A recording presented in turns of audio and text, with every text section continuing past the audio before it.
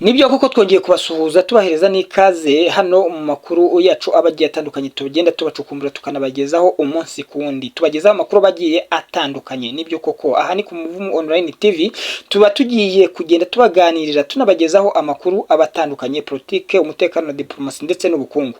Uyu munsi rero, reka twitse tunyarukire mu gihugu cy'u Rwanda. Reka tunyarukire mu gihugu cy'u Rwanda tubabwire amakuru ari kugenda avugwa akandi agezweho. Ni amakuru yizewe kandi aba acukumbuye, ni amakuru akomeye cyane. Ni ukuvuga ko ano makuru yo mu gihugu cy'u Rwanda tugiye kwibandaho ni uko nyakubahwa Perezida wa Repubulika Paul Kagame yavuze ko igihugu cy'u Rwanda kiyowe n'intare, bityo ko ntacyo abarutuye bakwiye gutinya. Nibyo koko yagarutse kuri aya makuru avuga ibingibi bikurikira.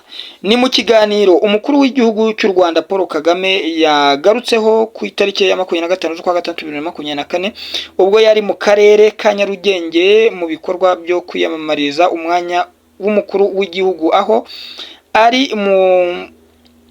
ari umukandida w'umuryango wa RPF Inkotanyi. Yavuze ko Abanyarwanda na FPR Inkotanyi ari intare ziyobowe n'intare, bityo ko ibyo u Rwanda rwanyuzemo byari bikomeye ku buryo ibiri imbere atari byo byabananira. Mu ijambo rye Paul Kagame, umuyobozi mukuru w'ishyaka rya RPF Inkotanyi, yavuze ko hari umuntu wigeze kuvuga ngo aho kumuha ingabo z'intama ziyoborwa n'intare wamuha intare ziyoborwa n'intama. Yavuze ko ibyo RPF n'abanyarwanda babirenze kuko bagize ingabo z'intare ziyobowe n'intare, ko kandi kurwana nk'intare utaba ukeneye kuyoborwa n'intama, kuko iyo uri intare ukagira ingabo z'intama nta rugamba watsinda. Ati hari umuntu wavuze ku rugamba ngo uwamuha kugira abantu indwanyi, ubwo ni abasirikare. Baravuga ngo aho kumpa ingabo z'intama ziyobowe n'intare wampa intare ziyobowe n'intama. Murumva icyo bivuze. Yongeraho ati RPF n'abanyarwanda twarabirenze, twagize ingabo z'intare ziyobowe n'intare. Kurwana nk'intare ntabwo uba ukeneye kuyoborwa n'intama, ariko iyo uri intare ukagira ingabo z'intama nta rugamba watsinda. Rero ibyo twabyumvise kera twebwe. Perezida Paul Kagame yagaragaje ko ibyo u Rwanda rwanyuzemo byari bikomeye ku buryo ibiri imbere atari byo byananirana. Ati Abanyarwanda ibyo tunyuramo mu myaka 30 ishize birimo ya mateka yose batubwiye, urugamba twarwanye rwari rukomeye koko, uzi gutereranwa warangiza ugatereranirwaho. Uru Rwanda rwari rukwiye kuba ruriho bitewe n'uko rwatereranwe, ariko binatewe n'uko rwatereranyweho iteka bigahora ari induru ku Rwanda. Yavuze ko hakiri urugendo rurerure. Ati ntabwo turagera aho dushaka kuba turi. Ibyiza tumaze kugeraho ntabwo bidutera kwirara, ahubwo bidutera imbaraga zo kubaka ngo tugere kuri byinshi. Paul Kagame muri iki kiganiro yasabye Abanyarwanda kuzakomeza kuba intare, ko kandi intare ibyara indi, ko mu Rwanda hari intare ntoya zibyiruka. Ati intare zibyara intare, ubu dufite intare ntoya zibyiruka abakobwa n'abahungu.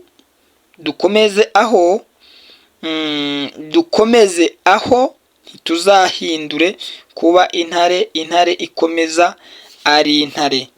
Yakomeje avuga ati urugamba izo ntare zirwana ni urugamba rwa politiki, ubumwe, iterambere ni urugamba rwa bya bindi muzi na bya bindi iyo bibaye ngombwa ubwo muzaba muri intare ziyobowe n'intare z'uyu munsi cyangwa n'iz'igihe kizaza.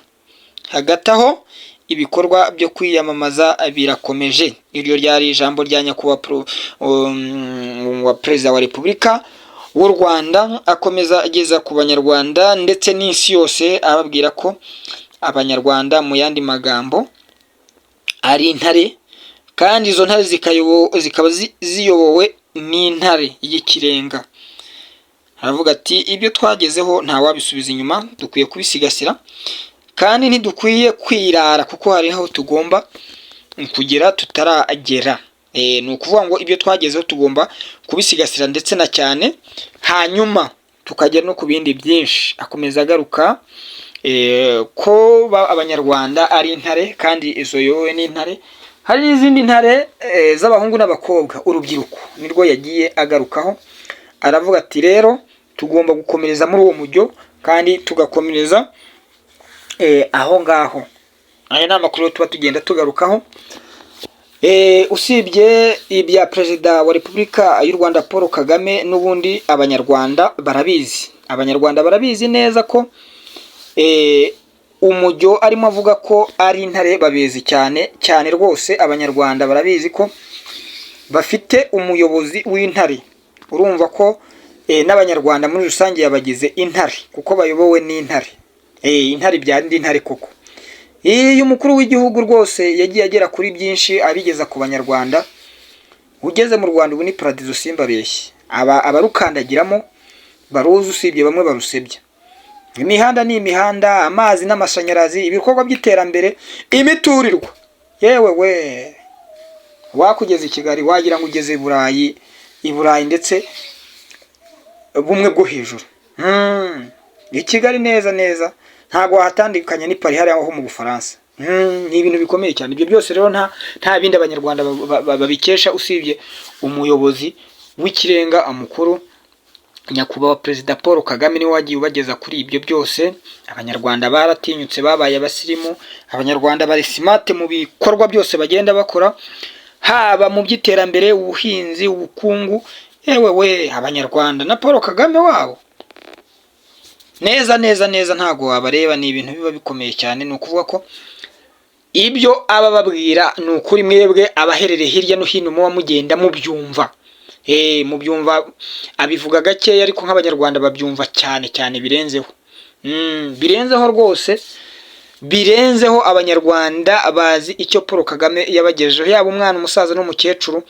Yagiye akora mu mpande zombi, agenda bageza kuri byinshi. Abanyarwanda rwose baguwe neza kandi ikiruta ibindi bafite umutekano. Nta wundi bawukesha ni Paul Kagame. Ibyo ni ibintu n'amahanga arabizi nubwo abayijijisha, ariko umutekano wo mu Rwanda nta handi wawusanga ku isi. U Rwanda ruri mu bihugu bike ku isi bifite umutekano uhamye, icyo bita stabilité politique. Umutekano, sécurité, ni ukuvuga ngo sécurité y'u Rwanda nta handi wayisanga ku isi, kandi ni nako binari koko. Ubwo urumva rero iyo umuntu yageze kukubaka ku kintu cy'umutekano, jya umenya ko afite ibintu byose, kuko umutekano iyo uhari abantu baridegembya bagatembera. Muri uru Rwanda rwa Paul Kagame ndabarahiye nta handi wasanga umutekano uyu nguyu ukomeye, uri hejuru, ku rwego rwo hejuru. Uru Rwanda rufite umutekano, ndabibabwiye. Namwe abatabizi muba muhwihisha muri hirya no hino, muzanyaruke muze mwirebere, muzahasanga umutekano uri efikasoma, umutekano ukomeye cyane. Mu bundi buryo rero abanyarwanda baguwe neza. Urumva ko umuyobozi wabo w'ikirenga yavuga ati mwe muri intare kandi muyobowe n'indi ntare. Niko bimeze rwose, nta kinyoma kirimo, nta n'uburyarya. Ni ibintu bikomeye cyane. Reka rero amakuru y'uyu munsi tuyasoreza aha ngaha tubabwira ko ari akagaruka. Ahangaha ni ku Muvumo Online TV, twarimo tugenda tubagezaho amakuru abagiye atandukanye. Uyu munsi rero twari tugarutse ku ijambo rikomeye cyane umutegetsi mukuru w'igihugu cy'u Rwanda nyakubahwa Perezida Paul Kagame yagiye ageza ku banyarwanda muri no minsi mu gihe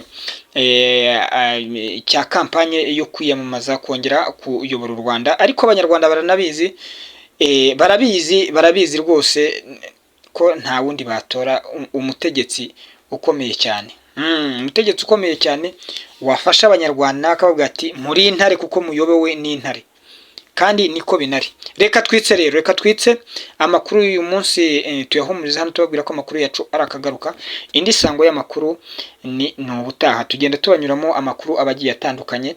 Ariko murakoze cyane, mukomeze kugira ibihe byiza, mugire impagarike n'ubugingo. Mwari kuri Umuvumo Online TV, cacaho, Imana ibarinde.